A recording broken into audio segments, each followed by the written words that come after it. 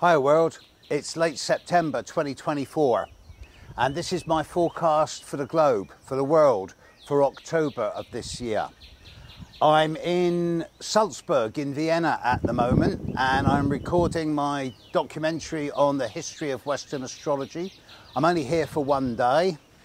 It's a bit of a crazy tour, but I broke my timing to record this video because it's important. So listen, I'm going to quote to you one of the greatest astrologers and herbalists of all time, Nicholas Culpeper. So I address myself first of all to the profane, and secondly I address myself to those that study astrology, particularly my students and my membership. To the profane, I say to you, turn off now, folks, because this is not going to be an easy thing for you to hear unless you're astrologically aware. Because October's not going to be an easy month, and I don't want to get criticised or slagged.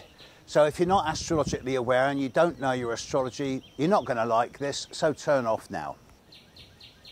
To those that study astrology, you've been aware over the last month or two that I've been critical of astrologers who are talking about war and violence because it brings a negative vibe into the world.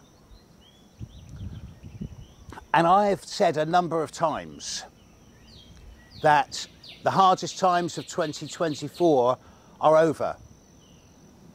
But I've always said, with the possible exception of the time running up to the American election. And now here we are approaching October 2024. So let's have a look at October and see what's coming up. It starts in a very positive way. In the first 2 or 3 days of October, there's a lovely grand trine in the sky. Venus in Scorpio, Mars in Cancer, Saturn in Pisces. But there's also a partial eclipse of the sun on the 2nd of October. The sun and the moon together at 10 degrees, 11 degrees of Libra will be squaring Mars. And this is a sign of things to come. As we get into the second week of October, there's a quarter moon. I don't normally comment on the quarter moons, but this quarter moon is going to be in a T-square. The moon will be around about 13 degrees of Capricorn. The sun will be around 13 degrees of Libra. And actually it's more like 15 degrees. And Mars will be at 15 degrees of Cancer. And this will be followed the next day on the 11th by the moon conjuncting Pluto at the end of Capricorn. And this is the last time ever in anyone's life who's alive today that the moon will conjunct Pluto retrograde in Capricorn. Because just after this, around the 12th, 13th of this month, Pluto starts moving forward again. Now there's lots of little indicators here. A partial eclipse of the sun at the start of the month, a difficult quarter moon, Pluto beginning to move forward. And then there's the long-term square between the sun and Mars. It's as we get into the third week of October that the proverbial hits the fan. Over the whole of October, the sun is squaring Mars because the sun is now 90 degrees ahead of Mars. Mars is slowing down, so there's going to be a sun square Mars by no more than 5 degrees over the whole month. Problem is that the moon is going to hit the sun and Mars a couple of times, as I've already said. Also, Mars is getting strong in opposition to Pluto. There's going to be the full moon on the 17th, 18th of October, where the moon will be opposite the sun. They will both be square to Mars in Cancer and they will both be square to Pluto in Capricorn. Then, as we get towards the end of the month, Mars will move into direct opposition to Pluto. Now this actually happens around the 2nd of November. So basically, all of this month, we've got Sun square Mars, and then we've got Sun square Pluto for a week, and Mars opposite Pluto, with the new moon, the full moon, and the quarter moon all hitting Sun, Mars, Pluto. Any decent astrological student will understand that a combination of Sun, Mars and Pluto like this has the potential for big trouble. On the one hand, we've got the president of Russia now talking about how he wants to extend the values of using nuclear weapons to any country whose allies use nuclear weapons, even if the country invading doesn't. So this is a direct reference to escalation in the Ukraine-Russia conflict. Secondly, we've got what looks like there's about to be a full-blown war in the Middle East, again.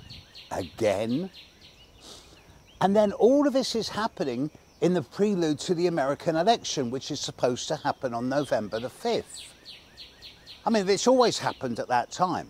It's inconceivable that it can't happen. But with Mars exactly opposite Pluto a day or two before, anything can happen. These are explosive times. And unfortunately, when I'm looking at the Russia-Ukraine and the Israel versus everyone else war, I could be talking about explosive in the literal sense. I prefer to be talking about it in the metaphorical sense. This is a global forecast. I'm deliberately not talking about individuals here. But this is a time where the world's on edge, and I kind of feel that because it's at the point of the American election also, it's really ramping up the pressure. And the easiest thing for people to do over this coming month is going to get angry and to say things they don't mean and to do things they shouldn't do. It's not for me to say what they should or shouldn't do, but really, the hardest thing to do in this coming month is for people to say, okay, I'm going to sit down and listen to your side of things, and then you can listen to my side of things. I suspect there's going to be some pretty difficult news this month. So I'm bracing you, especially those of you that study the astrology and that know the astrology, can see what's happening. I'm appealing to you, be intelligent, be smart, don't let your buttons get pushed, choose not to take sides, and don't get involved, because the more you get involved, the more you lose it. This is a difficult month. Dance with it, work through it. I'm still going to be out there in the world filming my documentary on the history of Western astrology. I'm still going to be trying to bring some humour, some optimism, some intelligence and some knowledge into the world.